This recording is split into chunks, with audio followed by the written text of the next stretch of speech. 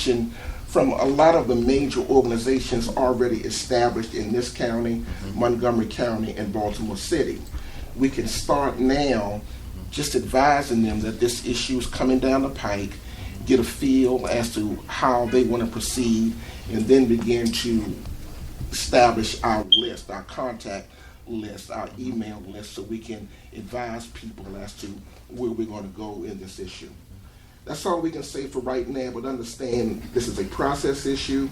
It's going to take time over, well, the next election, I think, is going to be the target date as to when they're going to have to make some definite moves, because the governor has to be careful, because when he's up for election, there's no guarantee that they're going to be there. So they have to make their move now, I think.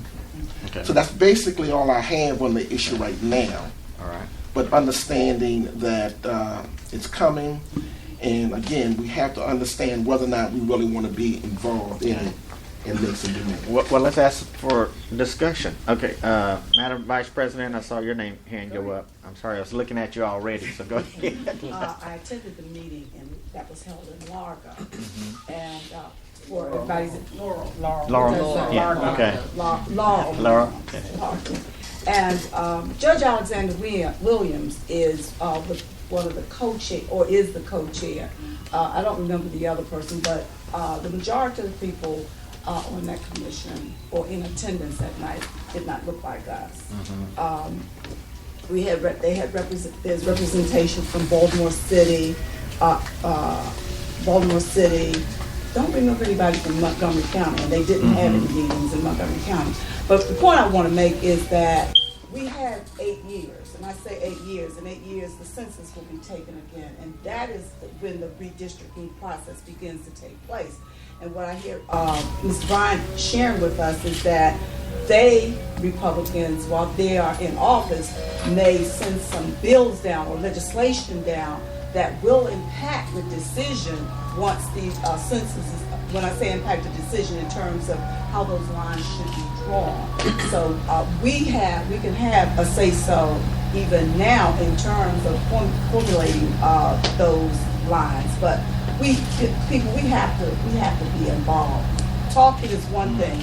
Going to Annapolis and holding our legislators accountable when it's time to start doing writing all these bills.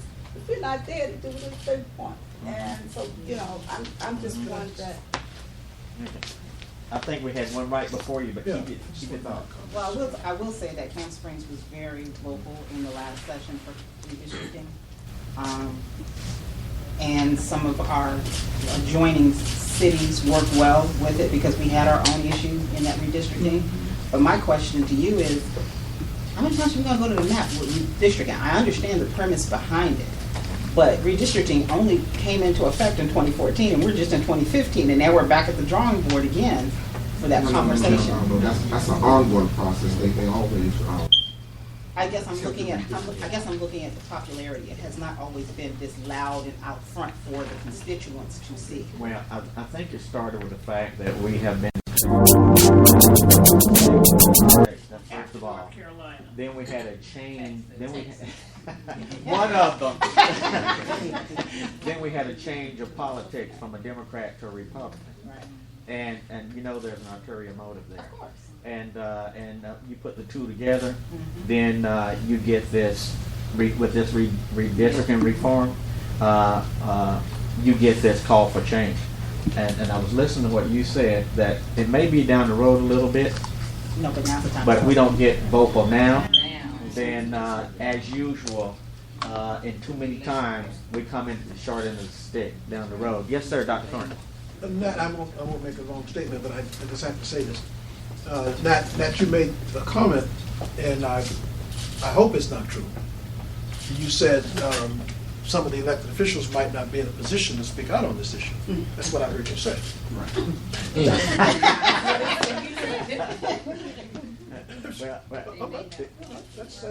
That may be.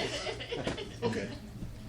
No, and I understand that, but I just wanted to restate that. Because, see, some of us, that's unacceptable. That we have to mobilize the people, right? We spend all of our time electing people. And then I got to go and mobilize the people to speak on behalf of the people. Come on, there's something wrong with that page, man. That's right. So, now, this thing about, as I told you, this thing about separating our people and dividing our people, it didn't start with Hogan. I don't like no Hogan, right? Hogan right. cut my money, $28 million. I don't like any Republicans, right? I told you about Carson and all this crap, right? But I also don't like fried chicken and Kool-Aid. Okay? Don't tell me about some bad Hogan, right? Yeah. When really the cat that I got to be dealing with, right, is right behind me in the same room with me. Now, we used to be packed. Those of you who know Glenn Arden and Zeke Pleasant and all that stuff, and Senator Broadwater, we were packed, just like slaves on a ship. 99%, wasting our vote, right? The Republicans didn't do that to us, Democrats did it. We packed in that 24th district. We were all proud, right there at the Glen Arden Town Hall, in the gold room. We have our little parties and dances and stuff, right? One senator wasting our vote. Then they said, okay, let's spread it out a little bit. We give you a little bit more room. We move you down into the 26, and ultimately get people like you all and me and others. We give you Al Wynn and gets to be a delegate. Are you happy with that? Then they move you a little bit further down, right? Playing with us. Now, all I tell my Democrats friend is, come on now, we're grown people now, right? Don't do me that. And it would create a single-member district. We already have some single-member districts. Cogan didn't have to create it. We got single-member districts. That name you just mentioned, Proctor, you know that name? Yes, That's single member. That's single member. We got single member districts up in the northern part for the Hispanics, right? Now, all I'm saying is that's why you need leadership, right?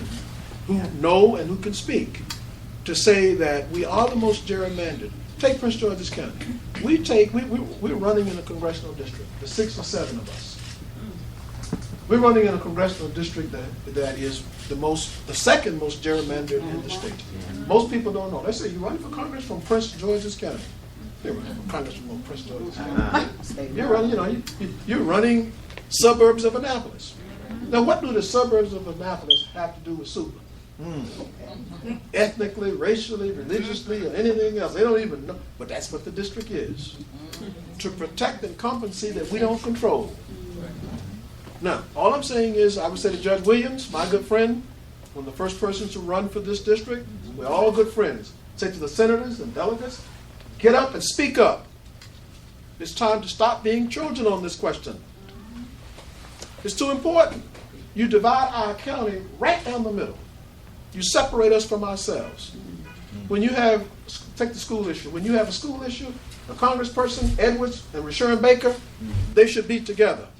But what happens? The congressional person has to deal with part of Montgomery County, got to deal with part of Anne Arundel County. They can't come together and represent the interests. Now, all I'm saying is that let's tell all those people who are supposed to be speaking for us, speak like this. And if they don't want to say that, hire me, and I'll speak for them. Because they can't unelect me, they can't control my job, but we need to tell the truth, no matter who it is. All right. Yes, ma'am. Last comment. It wasn't a question. The final thing I wanted to know is, we worked well because you were there, and it was standing room only. Let us go back to those lists of those that worked so hard for the redistricting the first time. Okay, wait a minute. Hold on. Before we get that far, Okay. I've got to ask the membership if that's what they want to do. Because he made a proposal that we be listed as on the party of record. Yes. And at that time, I said, well, that is something the membership has to decide. Personally, I would jump up and down and say yes, but that is not just for. I just can't make that decision. You have to make it. So the question is, do we, as a Democratic club, wish to be listed as a party of record entity, so that we can get on the mailing list and be made aware? Can I get a motion one way or another? I motion Let to support that. let him make the motion. Somebody second it. Okay, it's Motion been is moved. made as to whether or not the Southern Democratic Club could or should become a party of record for any actions on redistricting reform in the state of Maryland. And I second. Been moved, second and third. And so all those in favor, say aye. Aye. So opposed? The ayes have it. So we're going to be vocal, Madam Vice President, and we're going to get involved with this, because I was in the discussions last time around when the redistricting was done. I was there too. and I saw the people.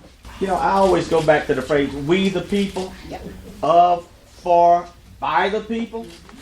But sometimes I turn around and I look and I'm saying, well, I'm a people, but why are they not listening to me? Because we're out front, but decisions are made in back rooms. So we have to talk to our Democrat elected members, our representatives, to say, listen to us. You know, I came over here tonight, and for those of you who came here late, there was a serious accident in my neighborhood. Mother turning into my neighborhood, car ran into her, and from what I heard, the child is struggling for her life. 8 years old. 8 years old. The little child I see get off the bus every day and say, baby, how you doing? I'm doing fine. How was school? It was good. I said, you learning something? Mm-hmm. So I came over here with tears in my eyes tonight. But it's at the same intersection I told our elected officials, don't connect our community. There's too much traffic. You're going to get people killed. So we have an accident every month, 2 and 3 at that one intersection. Then we went up and said, okay, well, give us a light. The county says that's a state thing. The state says, well, we don't know. Where's my elected representative? The little girl's fighting for her life, and we told them not to do it. Went up and testified. Stood up and argued for the right to get a light. Our elected officials, and we stand for democratic principles. We support our Democratic Party. But we need to get our Democratic representatives to support us. And that's where we stand. And I think I've heard that from various people tonight. And our vice president was a delegate. She stood up for the people. And that's why she's here tonight. She doesn't have to be here. But she's here. So anyway, we're going to be listening on the record. And I'm sorry, I get carried away. Yeah, just like to make one point so we clearly understand what we're talking about. The time with Delegate Miller said. True, the redistricting process comes with the census. What they're trying to do now is establish how and who will actually draw the line. Right. Okay, they want to take it out of the hands of the General Assembly and put it into the hands of who. It would probably be a gubernatorial commission appointed by this governor, and that's where the power is going to lie as to who he puts on this commission to do that. So that's what we're trying to do. And so Please. so the proposal, if you think through it logically, will be to introduce, after they give the recommendation, will be for someone to bring forth legislation to say for redistricting from now until eternity or until it's changed, this is how the process is going to work. It's going to be a appointed position by whomever. It's not gonna have to be approved by the legislature. So bills will come forward. What they're trying to do and why it's being done now, and you can correct me if I'm wrong, but pre-bills right now are being written as to what's going to come out in the 2016 legislative session. I guarantee you that one of those bills is going to have to do with how the redistricting commission is set up and how we will move forward with level. What you were talking about, Angela, was when I was on the redistricting commission for the county. And the county level, we had meetings all around, and we said, hey, let's honor census designated places. Let's keep census designated places such as Camp Springs together, so that they have one council person, the same district for congressional as well as the same district for state, and we were able to do that. And so the voices that Ms. Holmes is talking about is the same kind of voice that we need here at the Democratic Party, small p, in order to help move forward with what Mr. Bryan has proposed. That's what the push is, to get it independent, because if you've got legislators, they're going to protect territory. That's right. Protecting territory. So you have some bias there. You get independent citizens. You were independent. Sharon was. I can't remember who the third person. David Harrington. Yeah, for the county. That's the but it's who's going to be the person or who's going to make the selection of that committee.